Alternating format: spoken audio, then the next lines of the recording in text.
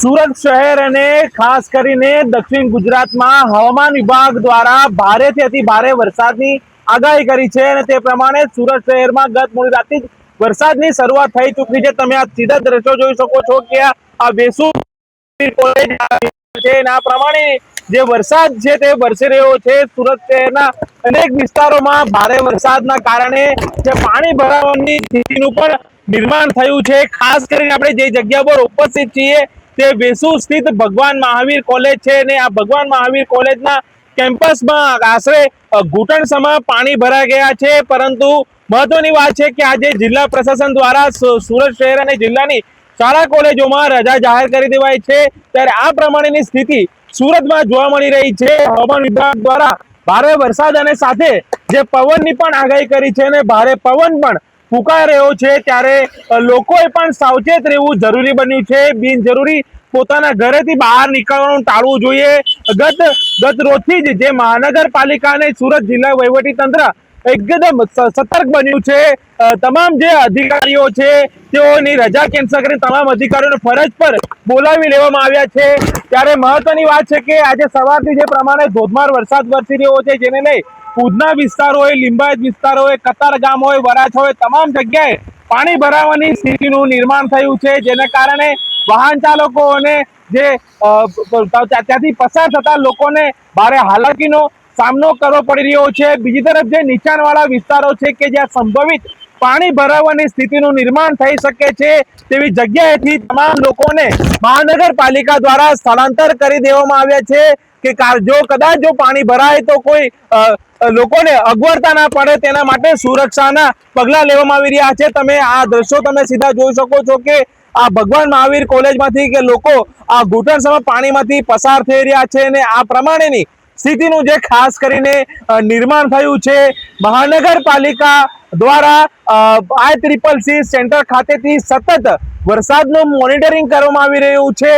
જે ગુજરાત ઉપર જે 4 સિસ્ટમ સક્રિય થઈ છે અને સુરતમાં અને ખાસ કરીને સુરત જિલ્લામાં અને દક્ષિણ ગુજરાતમાં આની શું અસર થઈ શકે છે તેનું સતત જે છે તે મોનિટરિંગ કરવામાં આવી રહ્યું છે। ત્યારે કહી શકાય કે જે પ્રમાણે આગાહી થઈ છે અને આગાહીના પ્રમાણે જે સુરત શહેરમાં ગત રાતથી જે પ્રમાણે વરસાદ શરૂ થયો છે લોકો હાલ પોતાના ઘરેથી બિનજરૂરી બહાર નીકળવાનું ટાળવું જોઈએ। કારણ કે જે પ્રમાણે વરસાદ વરસી રહ્યો છે અને ભારે પવન પણ ફૂંકાઈ રહ્યા છે ત્યારે મહાનગરપાલિકા દ્વારા શહેરના જે ડેન્જર ઝોનના જે હોર્ડિંગ્સ હોય છે, મોટા બેનરો હોય છે, જર્જરિત ઇમારતો છે, તમામ લોકોને નીચે ઉતારી લેવાની કામગીરી કરી દેવામાં આવી છે। જે મોટા વૃક્ષો છે જે ધરાશાયી થવાની પણ જે સંભાવના છે તેવા તમામ વૃક્ષો, ઇમારતો અને હોર્ડિંગ્સ પણ નીચે ઉતારી લેવાયા છે। ત્યારે આજ બપોર બાદ આ જે પરિસ્થિતિ છે તે કાબુ બહાર થઈ શકે તેવી શક્યતાઓ છે જેને લઈને મહાનગરપાલિકા અને સુરત જિલ્લા વહીવટીતંત્ર હાલ સતર્ક જોવા મળી રહ્યું છે। Paresh Rathod, BS9 TV news, Surat.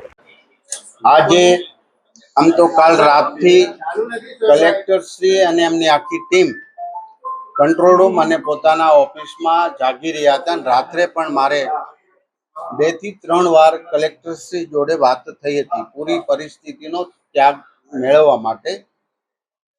આદરણીય મુખ્યમંત્રી ભૂપેન્દ્રભાઈ પટેલ સાહેબે પણ સૂચના આપી હતી કે જે કરવું પડતું હોય ને જે ઘટતું કરવું પડતું હોય તે ત્વરિત ડિસિઝન લઈ અને એક પણ ઝીરો કેઝ્યુઅલિટી એટલે કે એક પણ માણસ મૃત્યુ ન પામે એનું પહેલું પ્લાનિંગ કરો માટે અત્યારે પહેલું જ હું તમામ પરિવારજનો સુરત અને જ્યાં રેડ એલર્ટ છે ત્યાં એક વિનંતી કરું છું કે પ્લીઝ ઘરની બહાર નીકળવું ઉચિત નથી।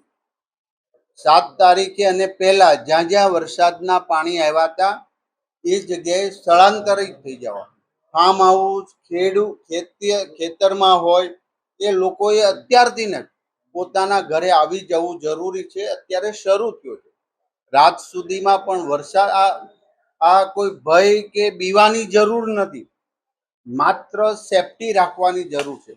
પ્રશાસને બધી જ વ્યવસ્થા ઇમરજન્સીમાં મેડિકલ પ્રોબ્લેમ હોય, કોઈ દવાખાનાનું હોય તો એ માટે એક NDRF અને 2 SDRFની ટીમ સુરતની અંદર તૈનાત કરી છે અને એક ગ્રામ્ય લેવલે SDRFની ટીમ સ્ટેન્ડ બાય રાખવામાં આવી છે. પરંતુ ઘણીવાર પ્રશાસનને કામ કરવું હોય, ગયા વખતે નવસારીમાં જે બનાવ બન્યો હતો, હેલિકોપ્ટરને બધી જ વ્યવસ્થા આપણી પાસે હતી, પરંતુ બચાવ કામગીરી મોસમના હિસાબે નહોતી થઈ. તો આજે અત્યારે જ 1 સેકન્ડના વિલંબ કર્યા વગર સારા સ્થળે અને જ્યાં આપણે ઉપરના માળે રહેતા હોય તો ત્યાં બધું સેફટી માટે આપણે પહેલું કામ એ છે કે આપણે જાતે જીવંત હોઈશું તો બધી કરીશું. તો આ રેડ એલર્ટના હિસાબે એટલો બધો વરસાદની આગાહી છે, જેથી કરીને આપણે સેફટી રાખવી જરૂરી છે. ટીમ સુરત મહાનગરપાલિકા અને કલેક્ટર સાથેનું સંકલન છે. આપણું ડિઝાસ્ટર મેનેજમેન્ટ ગાંધીનગર છે, એની દરેક સૂચનાઓ સુરતમાં આપણે સૌ પાળી રહ્યા છીએ. ત્યારે માંડવી, વ્યારાથી લઈને કામરેજ, બારડોલી, પલસાણા, 84 અને ઓલપાડ, આ બધા જ તાલુકાઓની અંદર પણ પ્રાંત ઓફિસ આખી નાઇટ ખુલી છે, આજે પણ ખુલી છે. આજ નાઇટમાં પણ આખી નાઇટ ત્યાં અધિકારીઓ અને બચાવ ટીમ ત્યાં રહેશે. માટે તમામ તાલુકાઓમાં, સુરત શહેરમાં મ્યુનિસિપલ કોર્પોરેશન અને ટીમ કલેક્ટર બધા જ સ્ટેન્ડ બાય છે. પરંતુ મેં કહ્યું એમ કે અત્યારે આપણે સેફ જગ્યાએ ખસી જવું બહુ જરૂરી છે. આ માનો કંઈ જ ન થાય તો કંઈ નહીં, આપને કોઈ નુકસાન ન થાય, પરંતુ કંઈક થયું હોય તો પ્રશાસનને બચાવ કામગીરીમાં ઘણીવાર અગવડ પડતી હોય છે. અત્યારે અમારી આ ટીમ ઇમરજન્સી માટે કોઈ પણ બાબતોની અંદર કામગીરી, અને કલેક્ટર શ્રી પણ આખો દિવસ આ કંટ્રોલ રૂમમાં અહીંયા સુરત ખાતે, અને એમની આખી ટીમ અહીંયા જ છે. માટે હું કલેક્ટર ઓફિસની પણ કંટ્રોલ રૂમની અંદર જ આવ્યો છું. રાત્રે પણ મને વાત થઈ તો તમામ ઝોન ઓફિસો સુરત મહાનગરપાલિકાની પણ ખુલી છે. જેસીબી, ટ્રેક્ટર અને બચાવ કામગીરીના જે જ્યાં જ્યાં વધુ પાણી આવે છે ત્યાં ફાયર બ્રિગેડની ટીમ એ નાકા પર, માનો કે સીમાડા, લિંબાયત, અમુક સ્પોટ એવા છે કે જ્યાં ખરેખર બહુ વરસાદ હોય તો પાણી આવી જાય, તો ત્યાં પણ આપણી ફાયર બ્રિગેડની ટીમ બોટ સાથેની સ્ટેન્ડ બાય રાખવામાં આવી છે. અને હાલ આ એક સાથેનો આટલો મોટો વરસાદ માત્ર સુરતમાં નહીં, જે બારડોલી સુધીનું તમામ પાણી, કામરેજ, બારડોલી ને પલસાણા સુધીનું તમામ પાણી સુરતમાં આવે છે, પછી સુરતથી બહાર જાય છે. અન્ય શહેરોમાં આવું નથી થતું. માટે ત્યાં પણ આટલો જ વરસાદ છે, ત્યાં પણ રેડ એલર્ટ છે. એક તો સુરતનો વરસાદ અને ઉપરવાસથી તમામ પાણી જે સુરતની અંદર આવે છે, આ ખૂબ જાગૃતતા લેવા જેવો વાત છે. માટે ગભરાઈને અફરાતફરી સોશિયલ મીડિયામાં કલેક્ટર શ્રી દ્વારા અપાતી માહિતીને જ માન્ય કરવી, અથવા તો આપ સૌ મીડિયાના મિત્રો જે સાચી માહિતી લોકો સુધી પહોંચાડો છો, તમારું કર્તવ્ય છે, એ પણ માન્ય રાખવી. કોઈ પણ વ્યક્તિ કોઈ પણ ગભરાટ ફેલાવવાની કે ખોટી માહિતી વોટ્સએપ પર કે મસ્તી કરવા માટે મૂકશે તો એને પણ બક્ષવામાં નહીં આવે. ટોટલ પોલીસની ટીમ પણ કામગીરી કરી રહી. સુરત શહેર પોલીસ અને ગ્રામ્ય, જ્યાં જ્યાં રેડ એલર્ટ છે ત્યાં તમામ પોલીસ કમિશનર શ્રી દ્વારા પણ પોલીસ જવાન સુધીની તમામ સૂચનાઓ અપાઈ દીધી છે કે પહેલા તો આપણે કોઈનો જીવ ન જાય એ બાબતનું રેસ્ક્યુથી લઈને તમામ તૈયારી આપણે કરવી બહુ જરૂરી છે. માટે અફવાઓથી દૂર રહી મીડિયાઓમાં કલેક્ટર શ્રી દ્વારા અથવા તો અમારા ડિઝાસ્ટર મેનેજમેન્ટ દ્વારા જે માહિતી આપે એ સાચી માનવી, જેથી કરીને ગભરાટ ફેલાવીને અહીંયા દર કલાકે જે આંકડાઓ છે, જે વરસાદ આવી રહ્યો છે, કેટલો આવ્યો છે, તો આમ તો આજની આગાહી તો અત્યારથી સવારની 10 વાગ્યાથી છે, પણ હજુ સાંજે વધુ આગાહી છે. સાંજના 6 થી આખી નાઇટ સુધીની વરસાદ આવવાની આગાહી વધુ છે. જે આ બધું જ વૈજ્ઞાનિક પૃથ્થકરણ પછી આ ડેટા આપવામાં આવ્યા હોય છે ને આ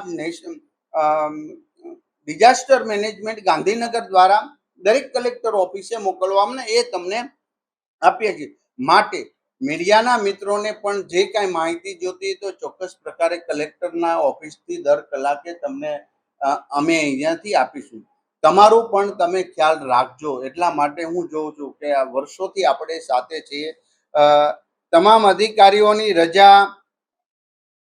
અધિકારીઓની રજા કાલેથી ને પણ રદ કરી દેવામાં આવી છે. આર્મીનું એક યુનિટ વડોદરાથી રવાના કરેલ છે.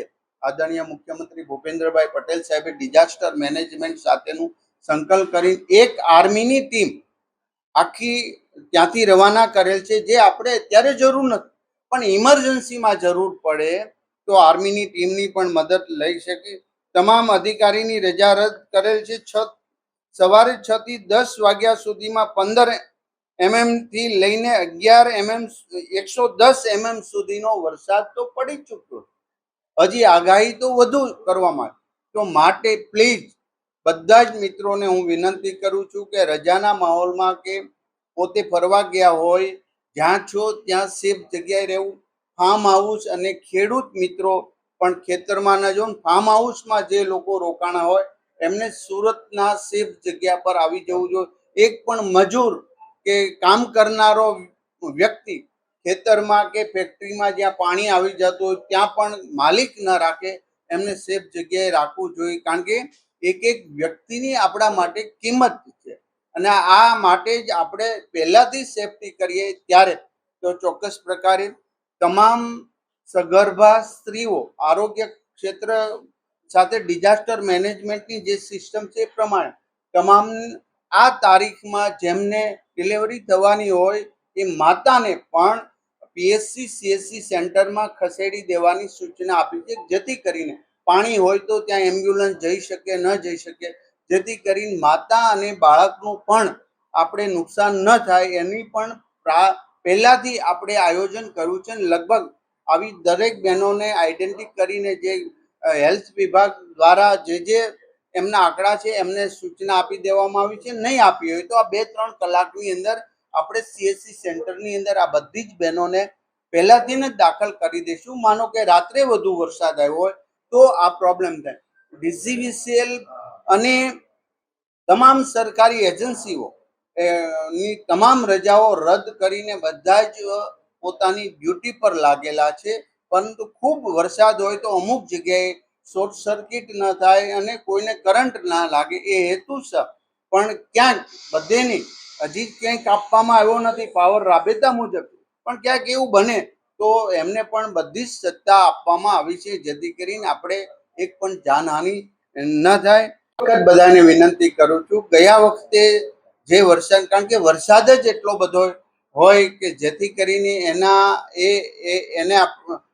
એને લોકો સુધી એક કંટ્રોલ થાય કે એ પ્રશાસનને પણ કંટ્રોલ થયા પહેલા એ વ્યક્તિ સેફ જગ્યાએ પહોંચે તો ચોક્કસ પ્રકારે એક પણ જાનહાનિ નહીં. કોઈ પણ 2 વ્હીલ ગાડી 4 વ્હીલ ગાડી નાળા અથવા તો ગ્રામ્ય લેવલે પાણીની અંદર મહેરબાની કરીને અમે હાથ જોડીએ છીએ કે નહીં નાખતા. કારણ કે અગાઉના બનાવથી મેં પોતે જાતે કાર બહાર કાઢવા માટે સ્થળ પર હતો. તો આપણું જીવન શ્રેષ્ઠ છે. ઉતાવળ કરીને ઘરે પહોંચવું, હવે જ્યાં છો ત્યાં સેફ જગ્યાએ રહેવું એ બહુ જરૂરી છે. જ્યાં જ્યાં પાણી આવે છે, જ્યાં જ્યાં પાણી આવ્યું હતું એ જગ્યાએથી શિફ્ટિંગ કરીને પહેલા માળ અથવા તો આપણી સેફ જગ્યાએ રહેવું છે. કોઈ ડરવાની જરૂર નથી, ગભરાટ નહીં. આ કુદરતી આફત છે તો એની સામે લડવા માટે આપણે તંત્ર પણ સજ્જ છે ને આપણે સૌ સાથે મળીને એક 24 કલાકનું દૂધ, શાકભાજી અને પાણી આપણા રીતના વ્યવસ્થા કરી જ લેવી જોઈએ, જેથી કરીને કશું જ ન થાય તો પણ આપણી આ વ્યવસ્થા હોય, જેથી કરીને 24 કલાક સુધી કંઈ વધુ વરસાદ હોય તો આપણે એમને રાખી શકીએ. Team collector, team commissioner, team police, team DDO અને અમારા બધા જ એમએલએ મિત્રો બધા જ પોતપોતાની ઓફિસ અને કોર્પોરેટરશ્રીઓ, તાલુકા પંચાયત, જિલ્લા પંચાયતના સદસ્યશ્રીઓ પોતાના વિસ્તારની અંદર છે અને બધા જ સ્ટેન્ડ બાય છે. કામરેજ વિધાનસભાના વધુ પાણી આવવાના બનાવો, કારણ કે ત્યાં વરસાદ વધુ એ પાણી સુરતની એન્ટ્રી છે તો ત્યાં પણ આપણે એક ટીમ ફાયર બ્રિગેડની અને એક બોટ ત્યાં પણ આપણે વ્યવસ્થા રાખવામાં આવી છે. તો આજે ફરી વખત સેફટી એ જરૂરી છે ને બધા જ માટે પાણીમાં ક્યાંય ન જવું કે 24 કલાક માટે તમે સંયમ રાખવીને એક પણ ક્રોસ ન કરવું, ક્યાંય કાર ન ચલાવવી, એટલી હું વિનંતી કરું છું. અમારી ટીમ આખી નાઈટ આજે પણ જાગવાની ને એની સાથે હું પણ છું, આપ પણ છો. ત્યારે સાચી માહિતી સમયે સમયે અમે આપ્યા કરશું, જેથી કરીને તમે કોઈ અફવાઓની અંદર લોકો ના આવે એની અમારે વિનંતી.